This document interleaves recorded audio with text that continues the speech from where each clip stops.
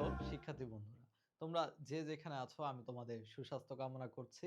প্রিজমের project HSC ২০২৬ ব্যাচের আমরা আজকে মার্কেটিং ফার্স্ট পেপারের ফার্স্ট চ্যাপ্টার প্রথম ক্লাসে চলে এসেছি। আমি আছি তোমাদের সঙ্গে এস এম গোলাম মেহরাব, পড়াশোনা করছি ঢাকা বিশ্ববিদ্যালয় ম্যানেজমেন্ট ইনফরমেশন সিস্টেম বিভাগে। তো এই অধ্যায়ের যে গুরুত্বপূর্ণ বিষয়গুলো রয়েছে তার মধ্যে কয়েকটা নিয়ে আমরা আজকে আলোচনা করব। তো এর মধ্যে দেখো যেগুলো আমরা আজকে আলোচনা করব উৎপাদন, উৎপাদনের উপকরণ কি, কি, উপযোগ সম্পর্কে আমরা কথা বলবো, উপযোগের প্রকারভেদ, উপযোগের গুরুত্ব, আমরা উৎপাদনের গুরুত্ব, উৎপাদনের খাতসমূহ, উৎপাদনের আওতা বা অন্তর্ভুক্ত যে বিষয়গুলো রয়েছে এবং উৎপাদনশীলতার ধারণা নিয়ে আমরা আলোচনা করব। তোমরা কিন্তু এই অধ্যায় থেকে অবশ্যই পরীক্ষায় ২ টি প্রশ্ন পাবে সৃজনশীল। তো একটি থাকে সাধারণত থিওরির এবং একটি থাকে হচ্ছে ম্যাথ, অথবা গ এবং ঘতে ম্যাথ এবং থিওরি মিলিয়েও পরীক্ষায় দিতে পারে। তাহলে অবশ্যই আমাদের এই অধ্যায় থেকে যে গুরুত্বপূর্ণ বিষয়গুলো, এখানে অনেকগুলো টপিক আছে, তবে আমি বলে দিব যে কোনগুলো তোমাদের জন্য বেশি প্রয়োজনীয়। চলো আমরা সর্বপ্রথম উৎপাদন দিয়ে শুরু করি। এই উৎপাদন এই কথাটা যেহেতু এটা আমাদের হচ্ছে কি, এই আমাদের সাবজেক্টের নামই হচ্ছে উৎপাদন দিয়ে। তার মানে উৎপাদন এবং উপযোগ এই কথাগুলো আমরা বারবার জুড়ে, জুড়ে বিভিন্ন অধ্যায়ে কিন্তু আমরা পেতেই থাকবো। সুতরাং খুব ভালোভাবে আমরা বুঝে নিব শিক্ষার্থী বন্ধুরা। লক্ষ্য করো, উৎপাদনকে আমরা সংজ্ঞায়িত করি কিভাবে? এখানে দেওয়া আছে প্রকৃতিপ্রাপ্ত বিভিন্ন সম্পদ, প্রকৃতি থেকে প্রাপ্ত বিভিন্ন ধরনের সম্পদের কি আকার আকৃতি বা রূপ পরিবর্তন করে অভাব পূরণে সক্ষম কোনো উপযোগ সৃষ্টি কাজই হচ্ছে উৎপাদন। সর্বপ্রথম উপযোগ এই শব্দটাকে আমরা একটু হাইলাইট করব। উপযোগ নিশ্চয়ই আমরা দেখো, উপযোগ সম্পর্কে আমাদের ধারণা খুব ভালোভাবে থাকতে হবে। উপযোগ কি শিক্ষার্থী বন্ধুরা? উপযোগ হচ্ছে কোনো একটি সেবা বা পণ্যের এমন কোনো গুণাগুণ বা বৈশিষ্ট্য যেটা কোনো মানুষের কোনো নির্দিষ্ট একটি অভাব পূরণ করতে পারে। তাহলে দেখো, মানুষের এই যে অভাব পূরণে সক্ষম কোনো একটি উপযোগ মানে কোনো একটি গুণাগুণ বা বৈশিষ্ট্য যেটা মানুষের অভাব পূরণ করতে পারে, এইরকম কোনো কিছু সৃষ্টি করা, এরকম কোনো কিছু সৃষ্টি, তৈরি বা উদ্ভাবন করাই হচ্ছে উৎপাদন। কেন করা হয় উৎপাদন? নিঃসন্দেহে কি মুনাফা অর্জনের উদ্দেশ্যে, অর্থাৎ বিক্রয়ের উদ্দেশ্যে। এবং এটা কিসের দ্বারা করা হয়? এই যে প্রকৃতিপ্রাপ্ত বিভিন্ন সম্পদের আকার আকৃতি বা রূপ পরিবর্তন করেই কিন্তু তাহলে উৎপাদনটা করা হয়। চলো আমরা একটু উদাহরণ দেখি। এখানে বলা হয়েছে দেখো তুলা। তুলা তো আমরা প্রকৃতি থেকে পেয়ে থাকি, গাছ থেকে। এরপরে দেখো তুলা থেকে সুতা তৈরি হয়। এরপরে তৈরি পোশাক তৈরি করা হয় এবং আমরা জানি তৈরি পোশাক খাতে বাংলাদেশ রপ্তানি করে তৈরি পোশাক। তো এটার কাঁচামাল দেখো তুলা থেকে আসছে। তাহলে দেখো এই যে তুলা, এটাকে দেখো আমরা বলতেছি এটা হচ্ছে আমাদের ইনপুট, যেটা ইনপুট ব্যবহার করে প্রক্রিয়াজাত করে আল্টিমেটলি দেখো কি তৈরি হয়েছে? আউটপুট আমাদের কোনো একটি প্রোডাক্ট তৈরি হয়েছে। প্রোডাক্ট বা সার্ভিস, অর্থাৎ পণ্য বা সেবা একটি তৈরি হবে ইনপুট ব্যবহার করে আউটপুটে গিয়ে। এই যে মাঝখানের যে পথটা, এইটাই হয় হচ্ছে উৎপাদনের মাধ্যমে। অর্থাৎ প্রকৃতিপ্রাপ্ত বিভিন্ন ইনপুট বা কাঁচামালকে আকার আকৃতি বা রূপের পরিবর্তন করে এমন কোনো উপযোগিতা তৈরি করা ওর মধ্যে, যেটা আউটপুট হিসেবে আমরা ব্যবহার করতে পারবো, যেটা মানুষের অভাব পূরণ করতে সক্ষম হবে। তাহলে বলো তো উৎপাদনের ধারণাটা আমরা পেয়েছি কিনা? আবার দেখো আরেকটি উদাহরণ আছে গাছ। দেখো গাছ থেকে আমরা গাছকে যদি গাছই রেখে দেই, গাছের কিন্তু উপযোগিতা এই অর্থে আসে না, আসবাবপত্র হিসেবে আসে না। গাছের এমনি উপযোগিতা থাকতে পারে, গাছ আমাদেরকে ছায়া দেয় বা হচ্ছে ফলমূল দেয়, সেটা আলাদা বিষয়। তবে গাছ থেকে কাঠ উৎপাদন করা হয় এবং এই কাঠ থেকে পরবর্তীতে কি আসবাবপত্র তৈরি করা হয়। এই দেখো প্রতিটি স্তরে কিন্তু তাহলে কি করা হচ্ছে? ইনপুট থেকে কোনো একটি জিনিস, এই যে এগুলোও কিন্তু আউটপুট। তুলা থেকে যে সুতা তৈরি হচ্ছে এটাও কিন্তু উৎপাদনের মাধ্যমেই করা হয়েছে। আবার কাঠ যে তৈরি হয়েছে এটাও একটা আউটপুট, এবং তারপরে এদেরকে ব্যবহার করে আবার পুনরায় কিন্তু আরেকটি আউটপুট পাওয়া যাচ্ছে। তো আমরা কিন্তু বলতে পারি তাহলে শিক্ষার্থী বন্ধুরা যে প্রকৃতিপ্রাপ্ত বিভিন্ন সম্পদ যেগুলো কাঁচামাল আমাদের বা ইনপুট, সেগুলো রূপ পরিবর্তন বা আকার আকৃতির পরিবর্তন করে কোনো একটি উপযোগিতা সৃষ্টি করা যেটা মানুষের একটি অভাব পূরণ করতে সক্ষম হবে, সেটাই হচ্ছে উৎপাদন। দেখো পরীক্ষায় অনেক লিখতে হয় না, তবে যেই জিনিসটা সম্পর্কে তুমি লিখবা ওই জিনিসের যদি মূল পয়েন্টগুলা তুমি লিখতে পারো। এই যেমন উৎপাদন লিখতে গেলে তোমার উপযোগের কথাটা অবশ্যই নিয়ে আসতে হবে। যে কোনো কিছু এই যে সম্পদ ব্যবহার করে সেটাকে আমরা ইনপুট বলতেছি, ওইটা ব্যবহার করে রূপ, আকার, আকৃতি পরিবর্তন করে উপযোগ সৃষ্টি করা। এটাই উৎপাদন, ব্যাস। এইটুকু লিখলে তুমি অবশ্যই ভালো নম্বর পাবে। আচ্ছা, তাহলে উৎপাদনের এই সংজ্ঞা থেকে এরকম আরো কি উদাহরণ হতে পারে বলো? এরকম হচ্ছে মাটি থেকে কি করা হয়? মাটি থেকে মাটি থেকে বিভিন্ন মাটি থেকেও কিন্তু বিভিন্ন আসবাবপত্র বা ধরো ইট তৈরি করা হয়। মাটি থেকে ইট তৈরি করা হয়। তাহলে যে কোনো কিছু কাঁচামাল ব্যবহার করে যদি পরবর্তীতে অন্য কোনো কিছু উৎপাদন করা হয়, সেটাই আমাদের উৎপাদন প্রক্রিয়ার মধ্য দিয়ে যাবে। ওকে, তাহলে উৎপাদন দেখো একটি চলমান প্রক্রিয়া। নিঃসন্দেহে শিক্ষার্থী বন্ধুরা, চলমান প্রক্রিয়া মানে কি? এই যে এক রূপ থেকে অন্য রূপে বা একটি জিনিস থেকে অন্য জিনিসে পরিণত হয় উৎপাদনের মাধ্যমে। তাহলে উৎপাদন একটি চলমান প্রক্রিয়া এবং এই চলমান প্রক্রিয়া বলতে আমরা এটাও বুঝাই যে উৎপাদন আমরা একদিন করে নিশ্চয়ই থেমে যাব না। যিনি ব্যবসায়িক উদ্দেশ্যে উৎপাদন কার্যক্রম পরিচালনা করেন, তিনি কিন্তু নিয়মিত প্রত্যেকদিন তার উৎপাদন কার্যক্রম অব্যাহত রাখবেন। আচ্ছা, দেখো উপযোগ সৃষ্টি করা হয় উৎপাদনের মাধ্যমে। নিঃসন্দেহে দেখো তুলা থেকে যে সুতা এবং তৈরি পোশাক তৈরি করা হচ্ছে, তৈরি পোশাক আমাদের কি করতেছে? একটি উপযোগ দিচ্ছে, আমাদের বস্ত্রের কিন্তু অভাব পূরণ করতেছে। তাহলে নিঃসন্দেহে উপযোগ সৃষ্টি করা হচ্ছে। তাহলে উৎপাদনের মাধ্যমে কি উপযোগ সৃষ্টি করা হয়? আচ্ছা, উৎপাদিত পণ্যের বিনিময় মূল্য থাকবে। এখন বলতো, আমরা কি কোনো পণ্য এমনি এমনি উৎপাদন করব? নিঃসন্দেহে না। আমরা একটি পণ্য উৎপাদন করব, তার পেছনে উদ্দেশ্য কি থাকবে? যে এটা আমরা বিক্রয় করব, মুনাফা অর্জন করব।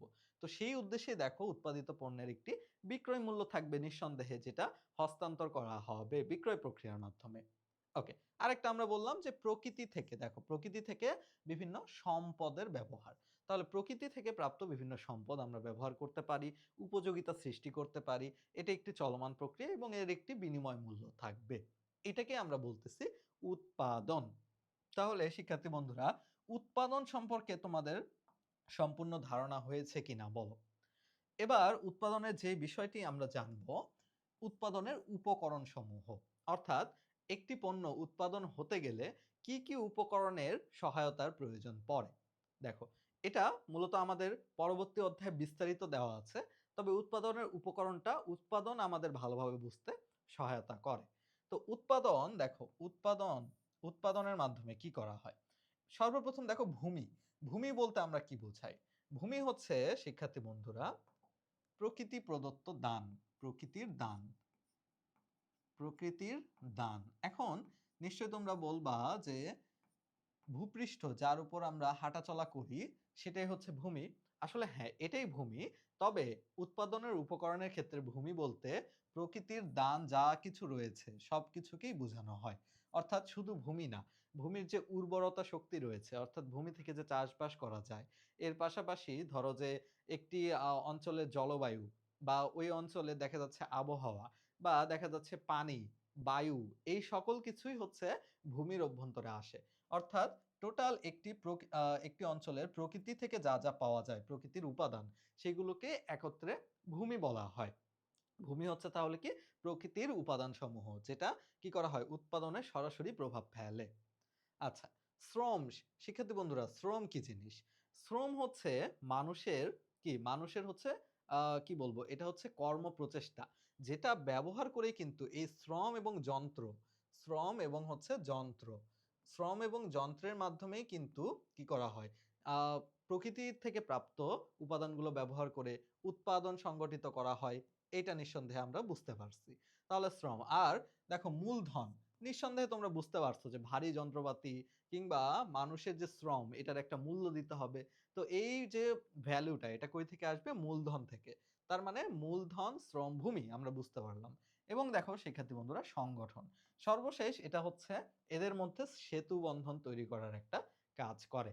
আমরা ভূমি, শ্রম এবং মূলধন যদি আমাদের থাকে, কিন্তু একটি কাঠামোর মধ্য দিয়ে যদি আমরা এটাকে না সাজাই, অর্থাৎ শ্রম কিভাবে ব্যবহার হবে, মূলধন কোথায় ব্যবহার হবে, ভূমি অর্থাৎ প্রকৃতিপ্রাপ্ত উপাদানগুলোকে আমরা কিভাবে কোথায় ব্যবহার করব, সেটা যদি আমরা সংগঠনের মাধ্যমে ক্লিয়ার না করে দেই, তাহলে কিন্তু এই দেখো, তাহলে উৎপাদন ব্যাহত হবে। সুতরাং আমরা বলতে পারি ভূমি, শ্রম, মূলধন এবং সংগঠন, এই যে উপকরণগুলো, এই উপকরণগুলো ব্যবহার করে কিন্তু একত্রে উৎপাদন পরিচালিত হয়। তাহলে এই সম্পর্কে আমরা বুঝছি কিনা বলো? আচ্ছা, উপযোগ এই অংশটা তোমাদের জন্য খুবই গুরুত্বপূর্ণ। উপযোগ সম্পর্কে আমি তোমাদের ১ম এ বলি। দেখো তোমরা ইতোমধ্যে জানো উপযোগ কি? কোন পণ্য বা সেবা সামগ্রীর মধ্যে, কোন একটি পণ্য বা সেবা সামগ্রীর মধ্যে মানুষের অভাব পূরণের, মানুষের অভাব পূরণের যে গুণাগুণ থাকে বা যে বৈশিষ্ট্য থাকে, যেই গুণাগুণ বা বৈশিষ্ট্যতার কারণে আমরা মানুষরা কি করব? কোন একটি পণ্য বা সেবা ক্রয় করব, সেই গুণাবলীটাকেই ওই পণ্যের উপযোগ বলা হয়। তাহলে দেখো এখানে একটি উদাহরণ দেওয়া হয়েছে। সর্বপ্রথম ধরো যে একটি বাঁশ, বাঁশ তো এরকম আকৃতির হয়। একটি লম্বা ধরো যে বাঁশ। এই বাঁশ থেকে কিন্তু দেখো এই বাঁশ থেকে পরবর্তীতে কি তৈরি করা হয়? কাগজ তৈরি করা হয়। বাঁশ থেকে কাগজ। এখন এই কাগজ থেকে পরবর্তীতে বই তৈরি করা হয়, বই তৈরি করা হয়। আমরা ধরে নিলাম যে এখানে অনেকগুলো পৃষ্ঠা আছে, এটা একটা বই তৈরি হয়েছে। তাহলে এই যে বাঁশ থেকে কাগজ, দেখো বাঁশ থেকে কাগজ তৈরি হয়, সেই কাগজ দিয়ে বই ছাপানো হয়। বই এই বই ছাপানো দেখো এটা আবার কি করা হয়? পুরাতন যারা কাগজ বিক্রেতা, বইটাকে আমরা ব্যবহার করার পরে কি করি? যখন আমাদের পরীক্ষা শেষ হয়ে যায়, আমরা নিশ্চয়ই এটা কি করি? কেজি দরে পুরাতন কাগজ বিক্রেতা যারা ক্রেতা আছে যারা, তাদের কাছে বিক্রয় করি। তারা আবার কি করে? তারা এটাকে তাদের কাজে ব্যবহার করে এবং পরবর্তীতে তারা কি করে দেখো বাদাম বিক্রেতা যারা আছে, বাদাম বিক্রেতাদের কাছে তারা আবার ওই কাগজগুলোকে বিক্রি করে দিতে পারে। বাদাম বিক্রেতারা ওই কাগজ নিয়ে তারা কিন্তু আবার তাদের উদ্দেশ্য অর্জনের জন্য সেটাকে ব্যবহার করে। তাহলে দেখো তো তোমরা বুঝতে পারছো কিনা যে প্রত্যেকটা স্তর থেকে যখন হাত বদল হচ্ছে পণ্যটা, তখন কিন্তু একটি করে উপযোগ শেষ হচ্ছে এবং অন্যটি করে কি আরেকজনের কোনো একটি অভাব পূরণে সক্ষম হচ্ছে। তার মানে দেখো উৎপাদনের মাধ্যমে আমরা যা তৈরি করি, যে পণ্য বা সেবা, সেটা যখন একজনের কাছ থেকে অন্যজনের কাছে যায়, তখন কিন্তু নিঃসন্দেহে তার নতুন কোনো একটি অভাব পূরণে সেটা সক্ষম হয়। সেই কারণেই সে ওইটা নিয়ে থাকে। এজন্য আমরা বলতেছি দেখো যে মানুষের বিভিন্ন স্তরের বিভিন্ন ভাবে মানুষের অভাব পূরণে সক্ষম যে গুণাবলীগুলো কোনো একটি পণ্য বা সেবার থাকে, সেটাকেই কিন্তু আমরা তাহলে কি বলতেছি? উপযোগ বলতেছি। তাহলে উপযোগের ধারণাটা আমরা খুব ভালোভাবে বুঝতে পেরেছি কিনা বলো? যে প্রত্যেকটি ধাপে কিভাবে একটি উপযোগ শেষ হলেও আরেকটি উপযোগ তৈরি হতে পারে, সেটা মানুষের চাহিদার উপর বা হচ্ছে মানুষের অভাবের উপর ভিত্তি করে। তো যেই অংশটা তোমাদের সবথেকে বেশি পরীক্ষার জন্য গুরুত্বপূর্ণ, সেটা হচ্ছে এই অংশটা। এখান থেকে প্রায়শই তোমাদের কিন্তু সৃজনশীল প্রশ্ন এসে থাকে উপযোগের প্রকারভেদ থেকে। দেখো আমরা উপযোগ সম্পর্কে তো বুঝলাম যে কোনো কিছু মানুষের অভাব পূরণে সক্ষম এরকম কোনো জিনিসকে, গুণাগুণকে উপযোগ বলা হয়, যেটা উৎপাদনের মাধ্যমে সাধারণত আমরা তৈরি করে থাকি। আচ্ছা, উপযোগের প্রকারভেদ দেখো, আমরা সর্বপ্রথম রূপগত উপযোগ এটা নিয়ে যদি কথা বলি, খুবই সহজ শিক্ষার্থী বন্ধুরা। এই যে প্রকৃতি প্রদত্ত বিভিন্ন যে উপাদানগুলো রয়েছে, প্রকৃতির সকল ধরনের উপাদান আমরা ব্যবহার করে যে এদের আকার আকৃতি পরিবর্তন করে থাকি। এই যে বাঁশ থেকে আমরা দেখো কাগজ যখন তৈরি করেছিলাম, তখন কিন্তু বাঁশের আকার আকৃতি পরিবর্তন করা হয়েছে। এইটাই হচ্ছে রূপগত উপযোগ। রূপ শব্দের অর্থ কি? যেটা আসলে দেখতে কিরকম আকার আকৃতি। তো আকার আকৃতি পরিবর্তনের মাধ্যমে যে গুণাগুণ তৈরি করা হয়, সেটাকে আমরা বলি রূপগত উপযোগ। আচ্ছা, তাহলে কোনো একটি পণ্য তৈরি করলাম রূপগত উপযোগ। এবার দেখো বলা হয়েছে স্থানগত উপযোগ। নিঃসন্দেহে তোমরা বুঝতে পেরেছ যে স্থানগত উপযোগ কি? যে আমাদের পণ্য কিন্তু সারা দেশে উৎপাদিত হয় না। উৎপাদিত হয় নির্দিষ্ট একটি জায়গায় দেশের, এবং সারা দেশ জুড়ে কিন্তু সেটা বিস্তৃত হয়ে যায় পরে। তো এটা কিসের মাধ্যমে হয়? এই যে স্থানগত উপযোগের মাধ্যমে। অর্থাৎ এক স্থান থেকে অন্য স্থানে পণ্য নিয়ে যাওয়া হয়। এটা কিন্তু পরিবহনের মাধ্যমে। তোমরা তাহলে লক্ষ্য করবে আ রূপগত উপযোগ তাহলে কিসের মাধ্যমে? এটা শিল্প, এটা শিল্প, শিল্প অথবা উৎপাদন, শিল্প অথবা উৎপাদনের মাধ্যমে কিন্তু তৈরি করা হয়। তাহলে শিল্প অথবা উৎপাদনের মাধ্যমে কি তৈরি করা হয় শিক্ষার্থী বন্ধুরা? রূপগত উপযোগ কিন্তু তৈরি করা হয়। আমরা জানি যে শিল্পের মাধ্যমে আসলে পণ্যদ্রব্য উৎপাদন করা হয়। আচ্ছা, স্থানগত উপযোগ। তাহলে স্থানগত উপযোগ কিন্তু পরিবহনের মাধ্যমে। স্থানগত উপযোগ পরিবহনের মাধ্যমে এক স্থান থেকে অন্য স্থানে কিন্তু পণ্য সরবরাহ করা হয়। তাহলে দেখো তোমাদের পরীক্ষায় এভাবে থাকবে যে তোমাদেরকে উদ্দীপকে কোনো একটি কাজ সম্পর্কে বলবে এবং সেই কাজটি কোন উপযোগ তৈরি করতেছে, অর্থাৎ উপযোগের এই প্রকারভেদগুলোর মধ্যে কোনটির মধ্যে যাবে, এটা কিন্তু তোমাদের বের করতে হবে। তাহলে আমরা সর্বপ্রথম রূপগত উপযোগ পড়লাম, যে আকার আকৃতি পরিবর্তন করে মানুষের ব্যবহার উপযোগী কোনো উপযোগ তৈরি করা হবে। এই যে স্থানগত উপযোগ, যে এক স্থান থেকে অন্য স্থানে মানুষের যে বাধা, এই বাধাটা পরিবর্তন করে বাড়তি একটি উপযোগ তৈরি করবে, সেটাই স্থানগত উপযোগ। কার দ্বারা হয়? পরিবহনের মাধ্যমে। দেখো সময়গত উপযোগ যেটা, শিক্ষার্থী বন্ধুরা, সময়গত উপযোগ এটা কি, এটা কে পূরণ করে বলতো? এটা হচ্ছে গুদামজাতকরণ বা কোল্ড স্টোরেজ। গুদাম গুদাম গুদামজাতকরণ। তো সময়গত উপযোগ বিষয়টা কি? যেরকম এক স্থান থেকে অন্য স্থানে পণ্য নিয়ে যেতে হয়, সেরকম সময়ের কথা চিন্তা করো, যে সারা বছর জুড়ে তো একই পণ্য বারবার উৎপাদিত হয় না। কিন্তু আমাদের একটি পণ্য সারা বছরের বিভিন্ন সময়ে কিন্তু প্রয়োজন হয়। তো সেক্ষেত্রে কি করতে হয়? আমাদের সময়টাকে কোনো একটি জায়গায়, অর্থাৎ সময়কে সংরক্ষণ তো করা যায় না, আমাদের পণ্যকে সংরক্ষণ করতে হয়। পণ্যকে গুদামজাতকরণ করে ওটাকে কিন্তু সংরক্ষণ করে রাখতে হয়। যেটা তাহলে কি সময়গত উপযোগ সৃষ্টি করে। আচ্ছা, তথ্যগত। শিক্ষার্থী বন্ধুরা, তথ্যগত উপযোগ কে তৈরি করে? নিঃসন্দেহে তথ্যগত উপযোগ তৈরি করে বিজ্ঞাপন। আমরা বিজ্ঞাপনের মাধ্যমে কিন্তু, বিজ্ঞাপনের মাধ্যমে আমরা পণ্যের আমাদের বৈশিষ্ট্য সম্পর্কে ক্রেতা বা ভোক্তাদেরকে জানাতে পারি। আর ক্রেতা বা ভোক্তারা জানতে পারে কি আমাদের পণ্য সম্পর্কে কিভাবে? বিজ্ঞাপনের মাধ্যমে, স্বাভাবিক। তাহলে বিজ্ঞাপন তথ্যগত উপযোগ সৃষ্টি করে। ইনফরমেশন বা আমাদের পণ্য সম্পর্কে মানুষ জানতে পারে।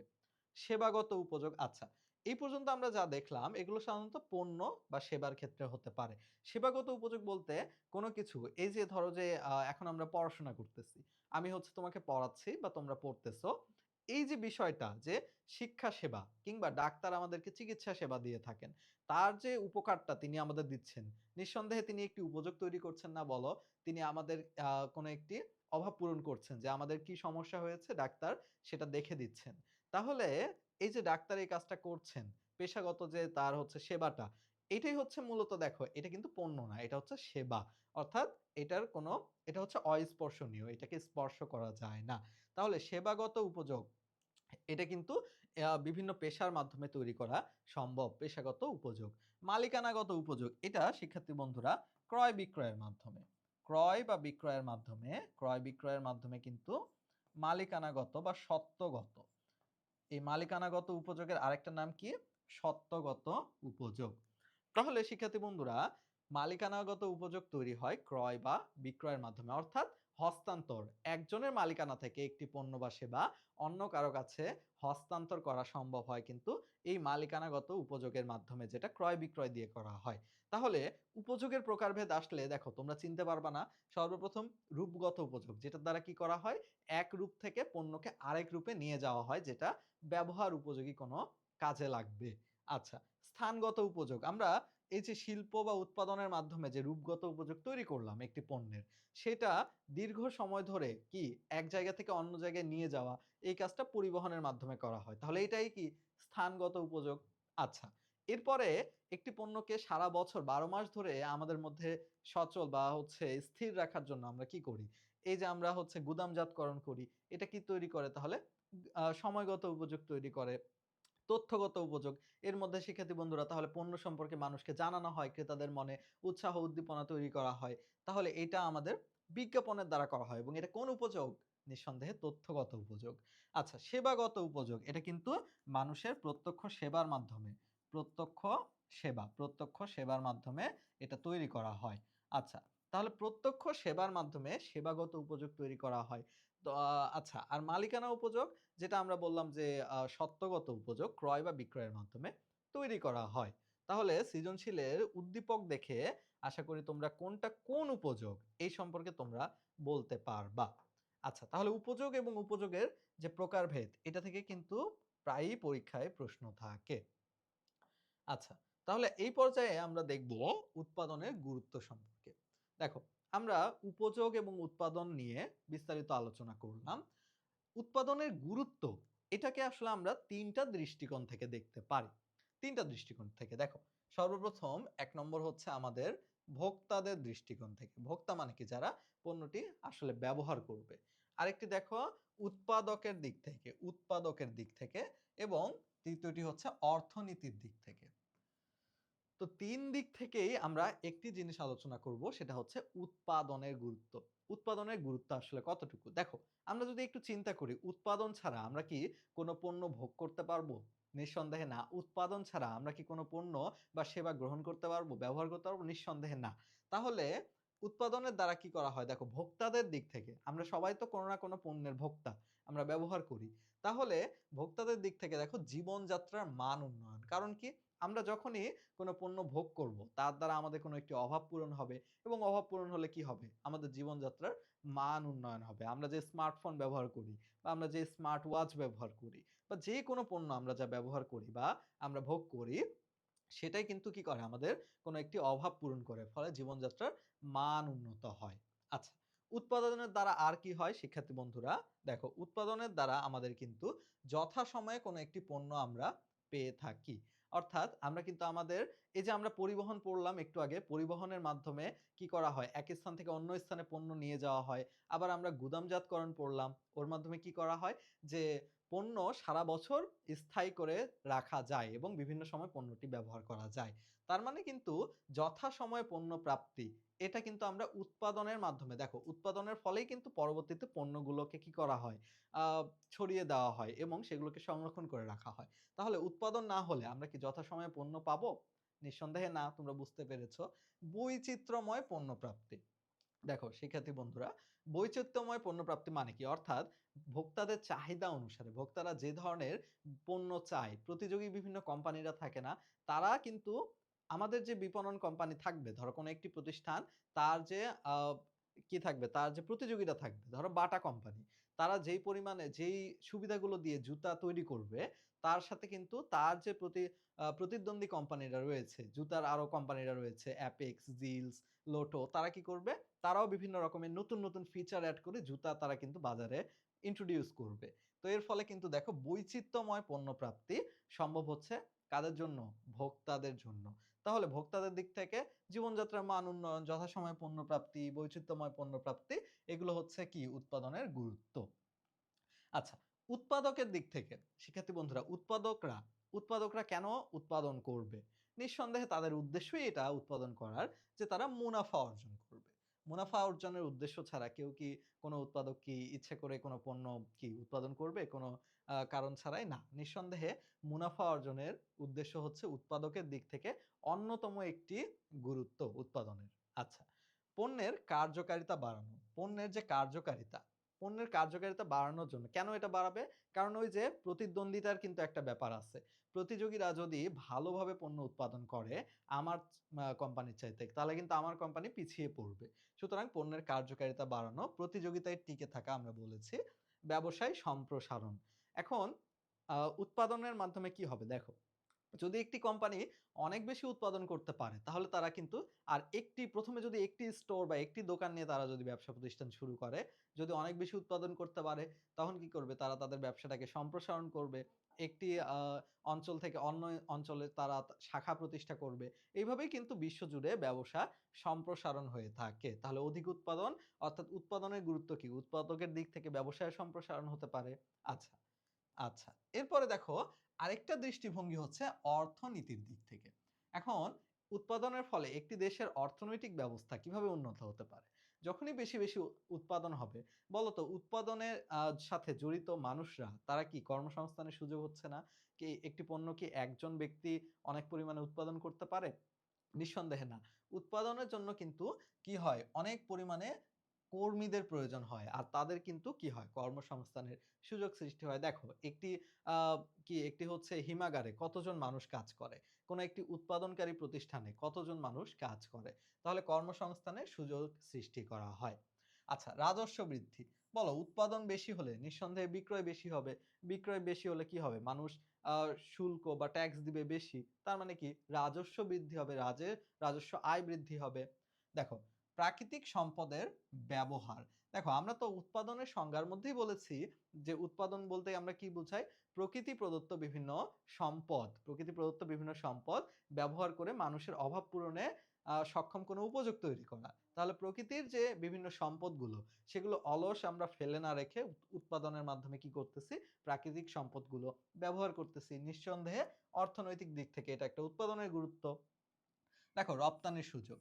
ওই যে আমরা বলেছিলাম একটি উদাহরণে যে তুলা থেকে কি তৈরি করা হচ্ছে? তুলা থেকে সুতা, সুতা থেকে কাপড় তৈরি করা হচ্ছে। আর তৈরি পোশাক তো বাংলাদেশ ইতোমধ্যে হচ্ছে বিশ্বের বিভিন্ন জায়গায় রপ্তানি করে থাকে তোমরা জানো। তাহলে রপ্তানি উৎপাদন বেশি হলে, অধিক উৎপাদন হলে কি হবে? সেই উদ্বৃত্ত পণ্যটা কি করবে? একটি দেশ তখন রপ্তানি করার চেষ্টা করবে। ফলে তার কিন্তু অর্থনৈতিক সমৃদ্ধি বাড়বে। আচ্ছা, অবকাঠামোর উন্নয়ন এটা কি? অর্থাৎ যখন দেখো যে উৎপাদন ব্যবস্থা বাড়বে, অর্থাৎ অধিক উৎপাদন হবে, অধিক বিক্রয় হবে, ফলে কিন্তু একটি দেশের সামগ্রিক অর্থনৈতিক কাঠামোর উন্নয়ন হবে। এক স্থান থেকে অন্য স্থানে পণ্য যাবে, যাতায়াত ব্যবস্থার উন্নয়ন হবে।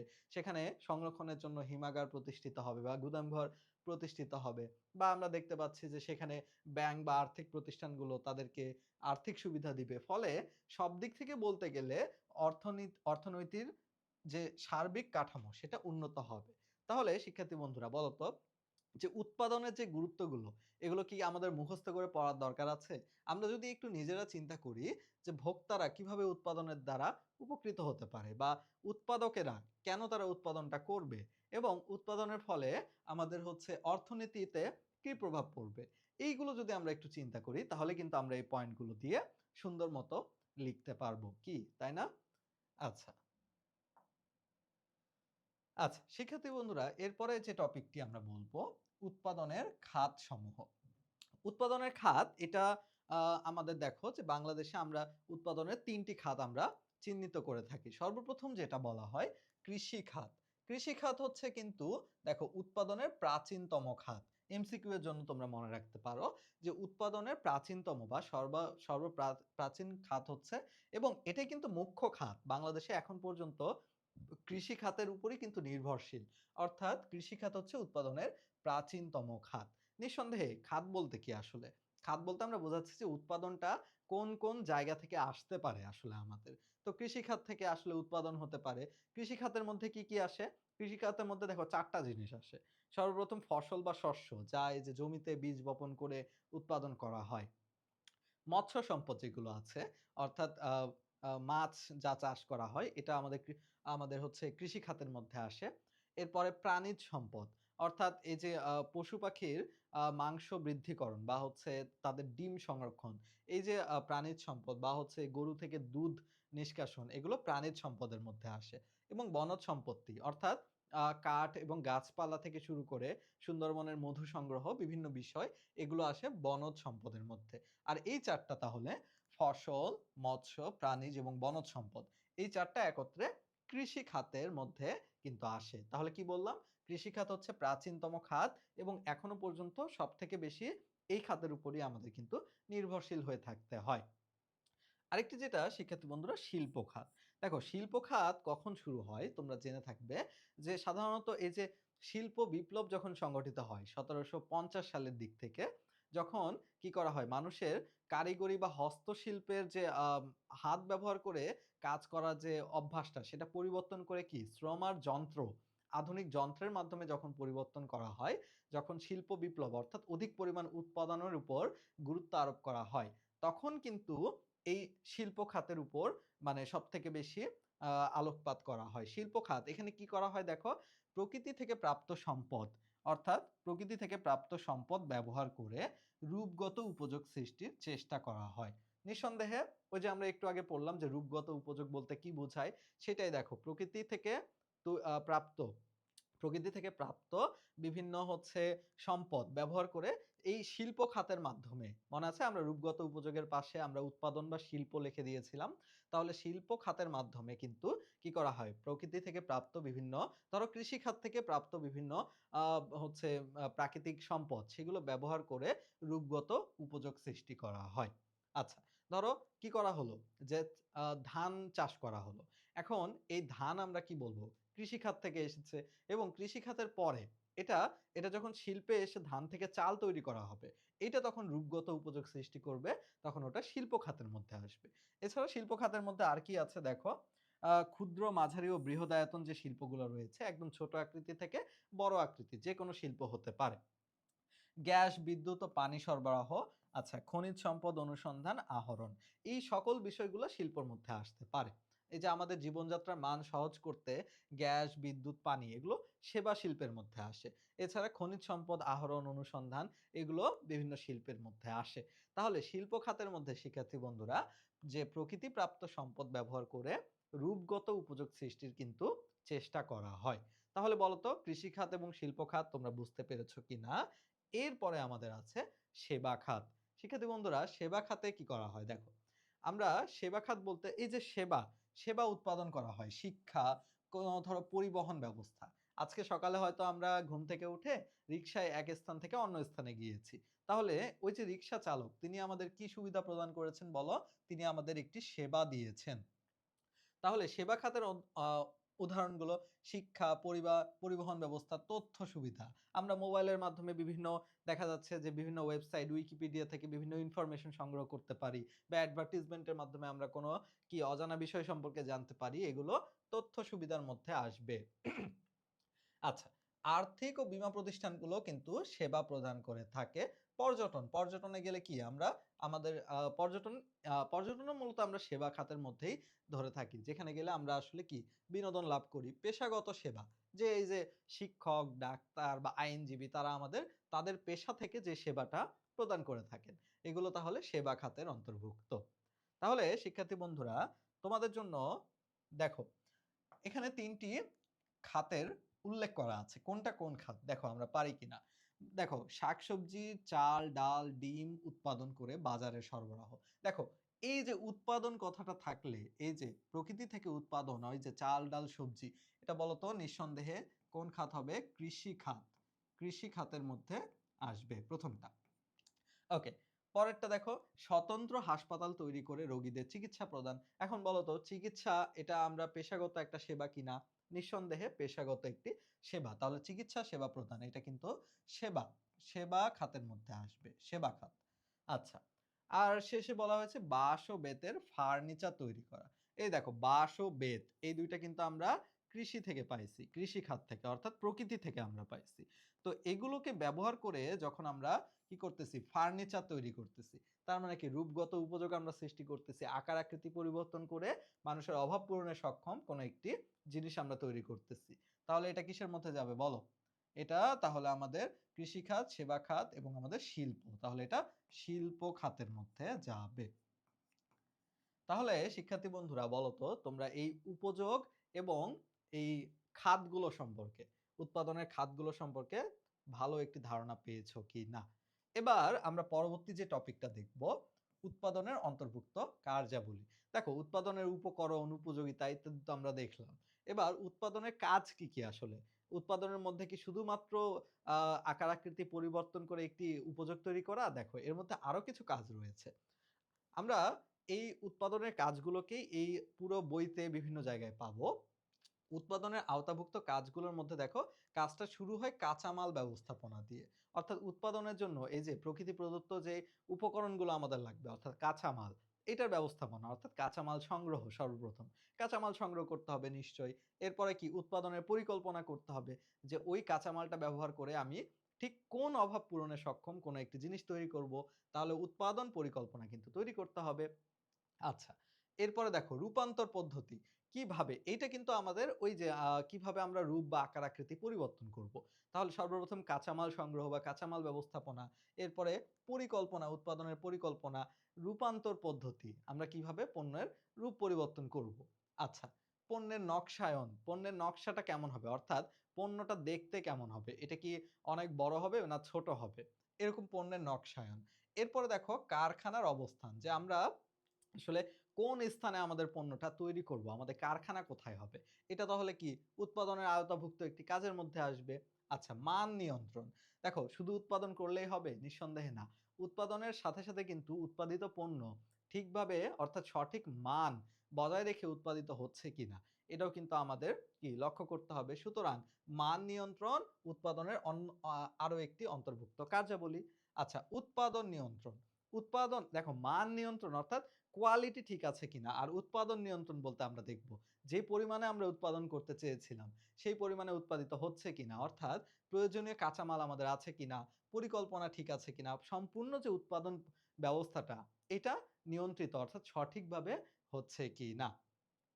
গবেষণা উন্নয়ন। দেখো, গবেষণা উন্নয়ন মানে কি? আমরা বলতে চাচ্ছি যে উৎপাদনের মাধ্যমে শুধু কি আমরা একই পণ্য বারবার উৎপাদন করতে থাকবো? নিঃসন্দেহে না। ওই যে আমরা আ একদম বলেছিলাম যে ভোক্তাকে কেন্দ্র করে আমরা উৎপাদন করে থাকি তার চাহিদা অনুসারে। তাহলে ভোক্তার নতুন, নতুন যে চাহিদা সেগুলো তো আমাদের গবেষণার মাধ্যমে বিভিন্ন দক্ষতার মাধ্যমে কি করতে হবে? বিভিন্ন গবেষণা উন্নয়ন করতে হবে। অর্থাৎ নতুন, নতুন ধারণা সৃষ্টি করতে হবে। তাহলেই তো আমরা নতুন, নতুন উপযোগ সৃষ্টি করতে পারবো। সুতরাং উৎপাদনের মাধ্যমে গবেষণা এবং উন্নয়নের উপরেও কিন্তু জোর দেওয়া হয়। এছাড়া দেখো প্রশিক্ষণ এবং উপযোগ সৃষ্টি। প্রশিক্ষণ বলতে শিক্ষার্থী বন্ধুরা যে যারা উৎপাদন কাজের সাথে জড়িত তাদেরকে কিন্তু প্রশিক্ষিত করা অর্থাৎ দক্ষ কর্মী বাহিনী গড়ে তোলা কিন্তু উৎপাদন প্রক্রিয়ার একটি আওতা।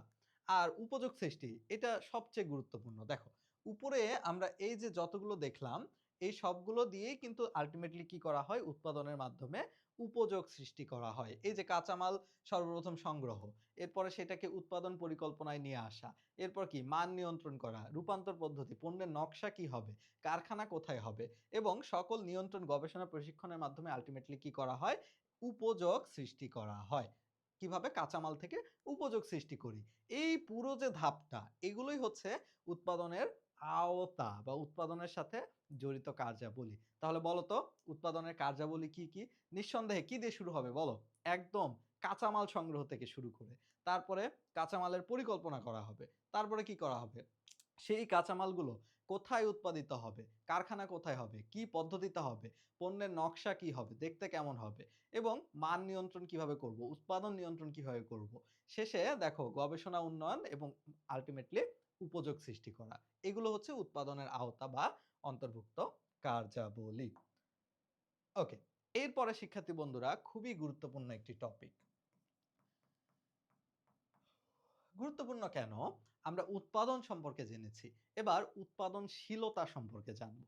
দেখো, উৎপাদনশীলতা হচ্ছে শিক্ষার্থী বন্ধুরা যে কতটুকু উৎপাদন আমরা করতে পারতেছি এর একটা পরিমাপ বা অনুপাত।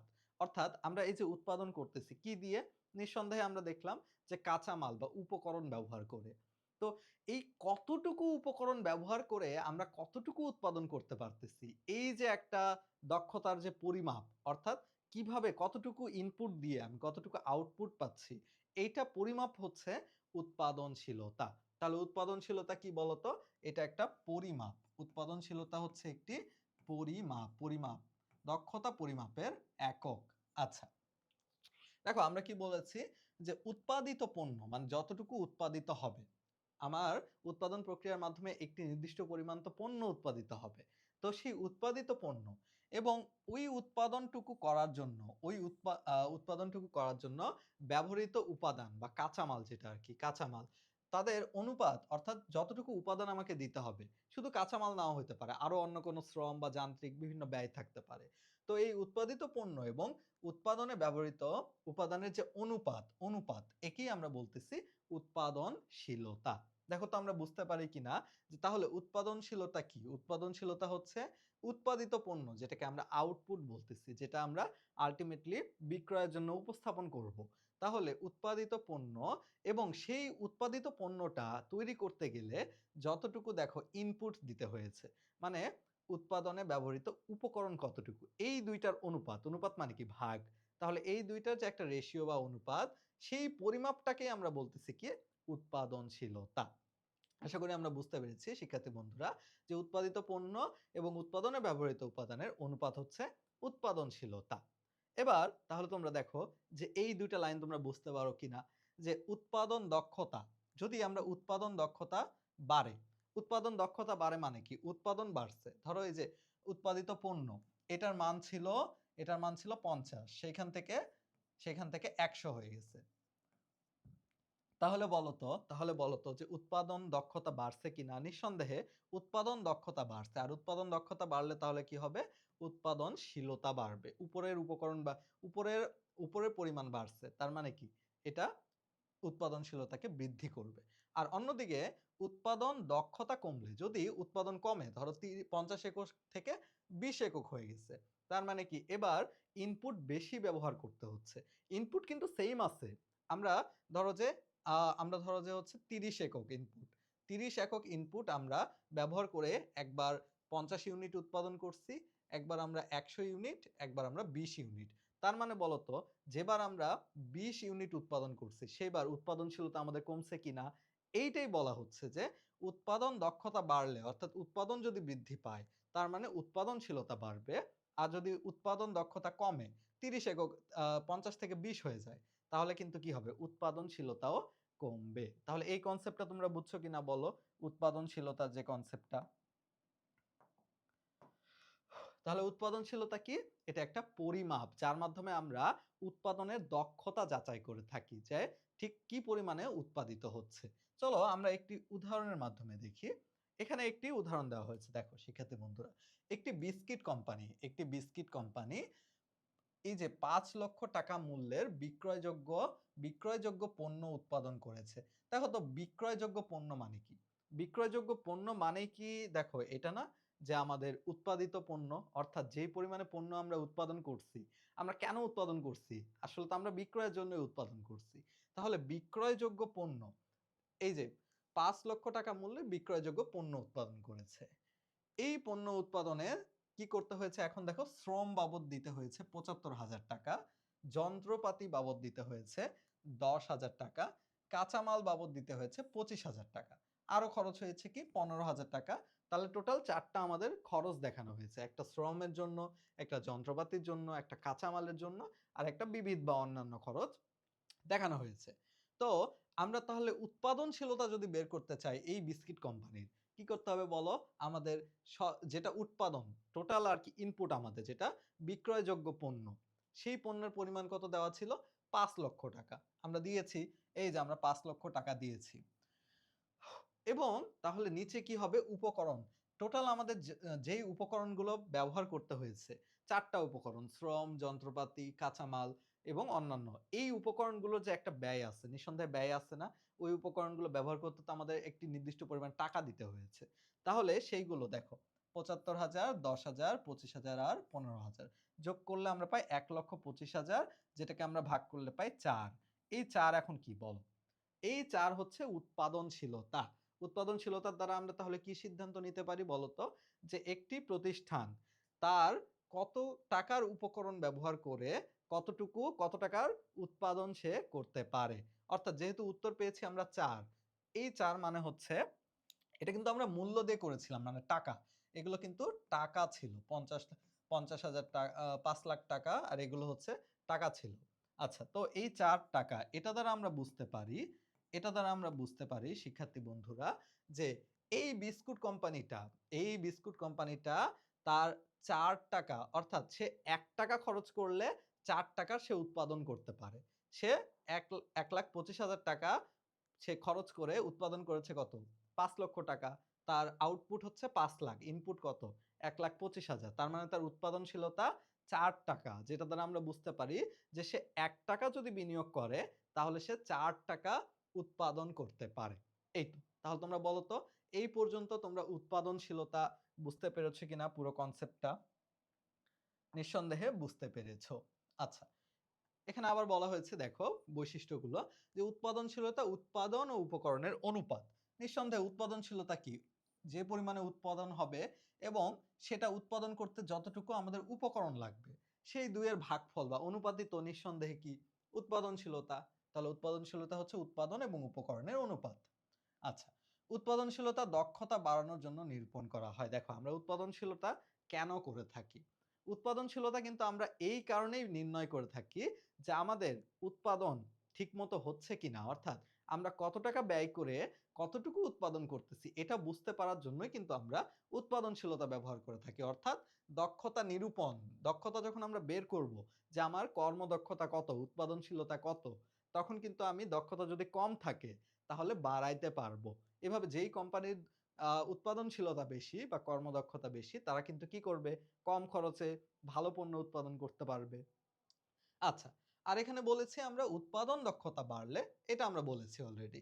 উৎপাদন দক্ষতা যদি বাড়ে তাহলে অবশ্যই উৎপাদনশীলতা বাড়বে এবং উৎপাদন দক্ষতা কমলে উৎপাদনশীলতা কমবে। যেটা আমরা একটি উদাহরণের মাধ্যমেও দেখেছি।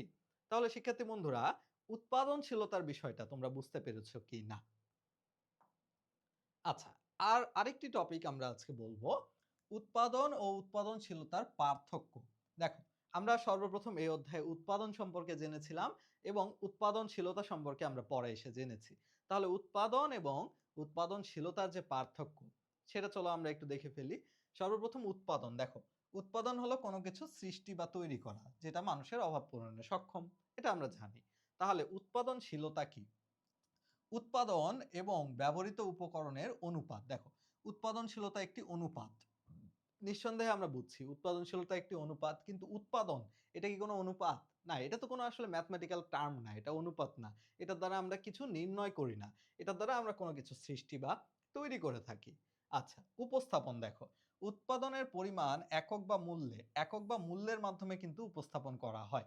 উৎপাদন এটাকে কিন্তু কত টাকা এরকম আমরা টাকার মূল্যে কি করে থাকি? উপস্থাপন করে থাকি। অন্যদিকে উৎপাদনশীলতা, উৎপাদনশীলতা কিন্তু আনুপাতিক হারে, আমরা এই যে একটু আগে দেখলাম না শিক্ষার্থী বন্ধুরা, যে অনুপাত হিসাবে কোনো কিছুর উপরে একটা নিচে একটা, এইভাবে কিন্তু আমরা আনুপাতিক হারে উৎপাদনশীলতাকে উপস্থাপন করে থাকি।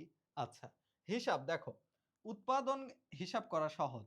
এখন কতটুকু উৎপাদন হয়েছে এটা তো আসলে হিসাব করা সহজ, যে আমার এত একক পণ্য উৎপাদিত হয়েছে, এটা বললে কিন্তু উৎপাদনের হিসাব করা হয়ে গেল। কিন্তু দেখো শিক্ষার্থী বন্ধুরা, যে উৎপাদনশীলতা এটা কিভাবে হিসাব করা যায়? উৎপাদনশীলতা হিসাব করা কিন্তু কঠিন। কারণ উৎপাদনশীলতাতে আমাদের সর্বপ্রথম কতটুকু ইনপুট গিয়েছে, মানে আমরা কতটুকু ব্যয় করেছি, তারপরে তার উপরে দিতে হবে কতটুকু উৎপাদন হয়েছে বা বিক্রয়যোগ্য মূল্য কত, সেইটা নিরূপণ করা। তাহলে এটা আনুপাতিক হারে এটা কিন্তু হিসাব করা তুলনামূলক কঠিন। ওকে। আর উপযোগ সৃষ্টির কথা যদি বলি, দেখো উৎপাদন কি করে বলতো? উৎপাদন কিন্তু রূপগত উপযোগ সৃষ্টি করে। আমরা একটু আগে দেখেছি যে শিল্পের মাধ্যমে উৎপাদন কি করে? রূপগত উপযোগ সৃষ্টি করে। আচ্ছা।